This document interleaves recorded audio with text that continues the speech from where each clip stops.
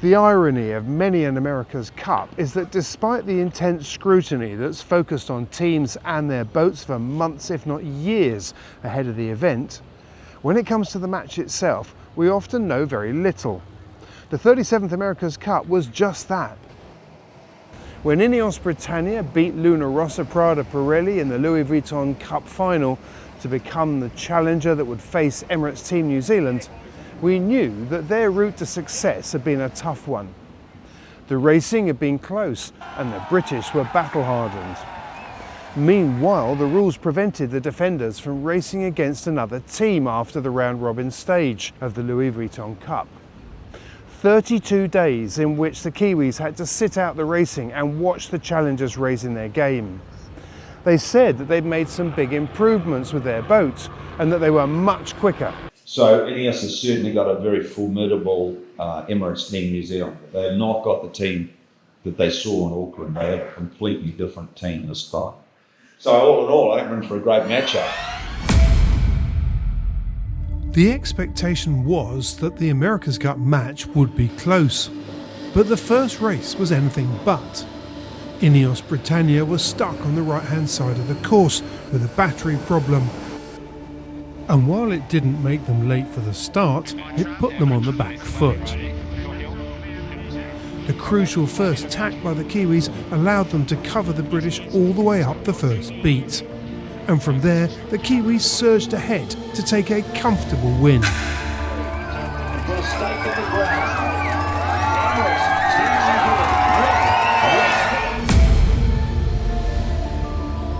After a tight start, Emirates Team New Zealand tacked off immediately to head for the right-hand side of the course. The racing was close for the first lap, but the Kiwis were holding their slim lead and their nerve. While the British were keeping the pressure on, getting past was proving hard as Team New Zealand protected the favoured side of the course. And on the second lap, the Kiwis started to pull ahead once again to take the second win of the day by 27 seconds. Yeah, a couple of wins on the board early is huge in the America's Cup, and for us, we obviously haven't got to race for a very long time, so to go out there and I suppose show that the practice we've been doing has actually been working well, and the boats seem to be going really fast as well, which made our life nice and easy, obviously. I think it's close, and I think we can beat them, so I take some heart from that, and I know our team are fighters, so I think there's a long way to go with this yet. There was much closer action in this pre-start. In fact, far closer than anyone was comfortable with. All the time there. And keep on the foils. Keep on the foils. Jesus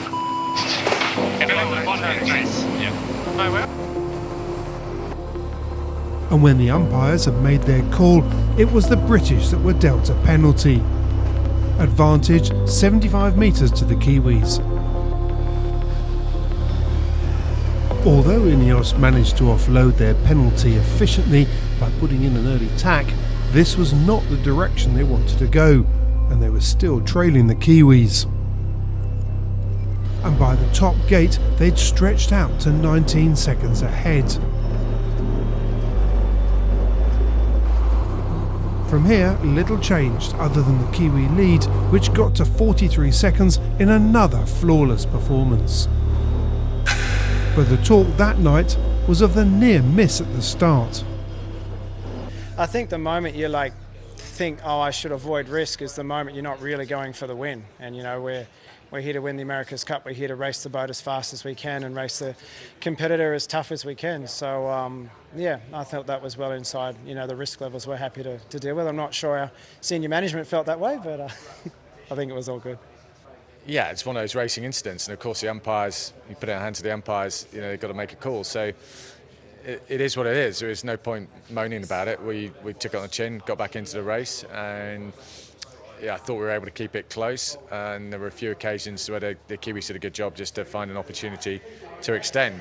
So for us, it's a little bit of a time to regroup and figure out how we sort of take on the, if you like, second half of the competition. Day 3, and with the score at 3-0, there was plenty of pressure on the British to turn the tide.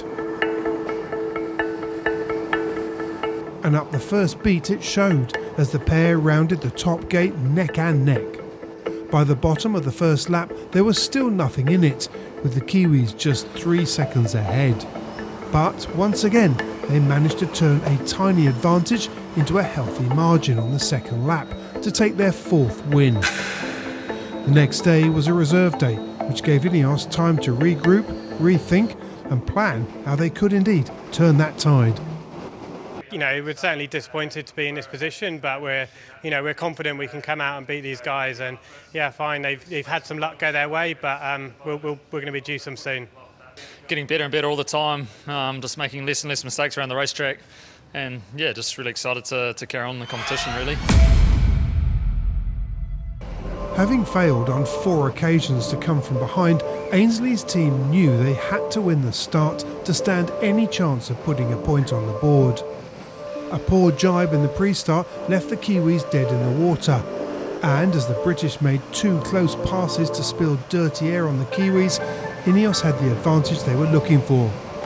And while it was difficult staying on their foils, they managed it and took their first win.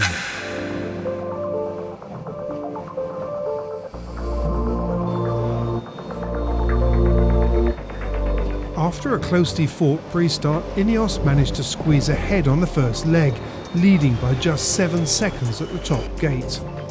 As each team worked opposite sides of the course, the British managed to increase their margin to 9 seconds. The slightest mistake could wipe that out. But INEOS held firm and took their 2nd win. Talk of momentum was now inevitable. It's a massive day for the team. We really needed that, and to come out and get 2 wins on the board, it's a real shift in momentum. And I think really the trick for our team now is to jump all over that momentum and take it all away. We've been saying the whole time, like, starting's critical in this America's Cup, and if you start well, it makes your life so much easier. And you know, one race today we gave up minutes, and the other one we gave up a couple of metres, and it's quite hard to get back into it. But you know, overall we're pretty happy that we're able to keep that second race super close the whole way around and push Ben and the team right to the very end. And you know, I think there's going to be a lot more of that coming up. Off the start line, the British appeared to have the early advantage, but a right-hand puff and shift accelerated the Kiwis. And when they came together, the Kiwis blocked the British path and defended the right-hand side of the course. It didn't take long for this side to pay dividends, as the Kiwis pulled out a 200-metre lead. And while INEOS were able to haul some distance back, Emirates Team New Zealand completed another comprehensive win.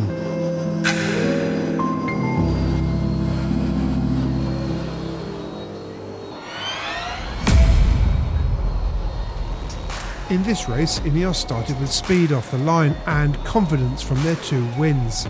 But the Kiwis were still able to squeeze ahead on the opening leg. From there, they strung together the shifts and puffs with apparent ease on a very tricky day to extend their lead to 50 seconds.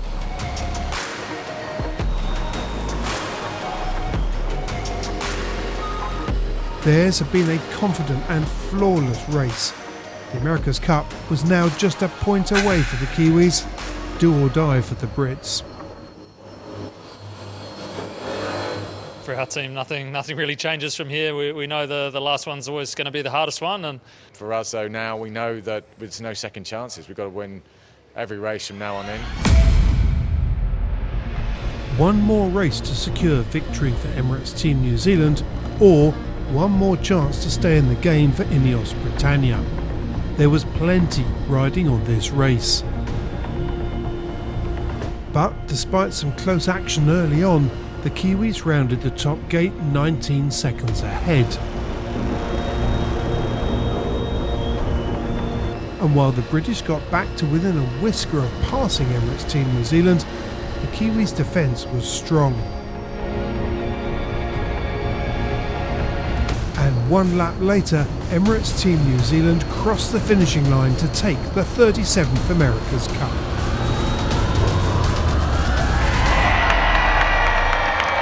Today is the day that this team and all their supporters, and there's thousands of them here, have been working towards for 3 years. And now they've got it, the 37th America's Cup. And what an achievement.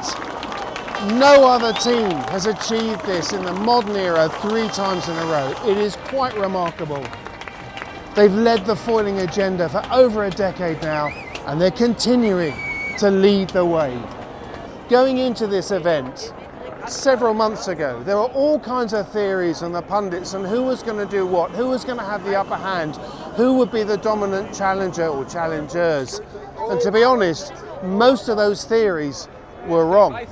But the one thing that most people had right was that this team was going to be very, very hard to beat. And they went into this event as the favourites, and they've come out of it as just that.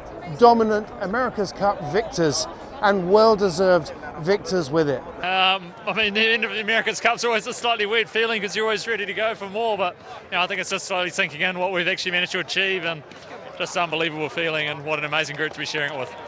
Here we go, Barcelona! Let's give it up for